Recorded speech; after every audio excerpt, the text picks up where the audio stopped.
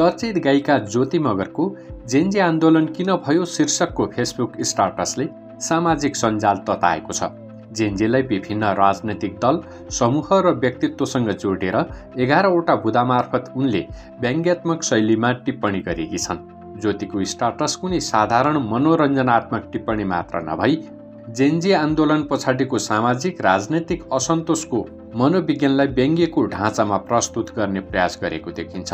आन्दोलनका नाममा सबैको आफ्नै एजेन्डा र उद्देश्य रहेको आशय उनले व्यक्त गरेकी छन्।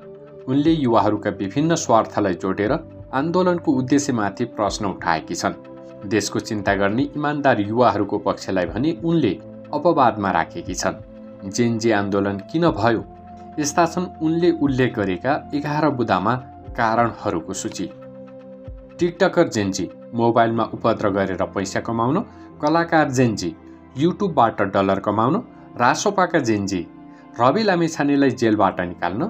बालेनका जेन्जी, प्रत्यक्ष कार्यकारी प्रणाली कायम गरी बालेनलाई प्रधानमन्त्री बनाउन। चिलमा बस्न र स्वागवाला एटिट्युड देखाउन। माओवादीका जेन्जी, केपी भगाएर प्रचण्डलाई देशको बागडोर दिन। काङ्ग्रेसका जेन्जी, देउवालाई हटाएर गगनलाई सभापति बनाउन। बारबारा फाउन्डेसनका जेन्जी, सन्दुक रोहितको देवत्वको आडमा देशमा भाण्ड भैलो मचाई चीनको विरुद्धमा गई तिब्बत आजाद गर्न तथा प्रत्यक्ष अप्रत्यक्ष अमेरिकालाई फेभर गर्न। मधेस वारिपारीका जेन्जी, पोस्टभित्र प्रचण्ड सरकारमा हुँदा नागरिकता पाएका, जय नेपाल भन्दा जय हिन्द भन्न नै सजिलो भएकाले। हुने खाने वर्गका जेन्जी, नेताका छोराछोरीको हातको रोलेक्स घडी तथा लग्जरी लाइफस्टाइल आफूलाई पनि चाहिएकाले। एनजिओ र आइएनजिओका जेन्जी, देशमा अस्थिरता कायम गरी मागी खाने भाँडोमा डलर आर्जन गर्न। राजावादीका जेन्जी, राजा फकाई आइस्यो गइस्यो, राजा साहेब बाबु साहेब, हुकुम बक्स्यो कृपा बक्स्यो वाला संस्कार बरकरार राख्न र हिन्दू राज्य घोषणा गर्न। गायिका मगरको लेखाइमा राजनैतिक चेतना भन्दा भावनात्मक आवेग, सामाजिक असन्तुलन र व्यक्ति पूजाको संस्कृतिप्रति व्यङ्ग्य झल्किन्छ।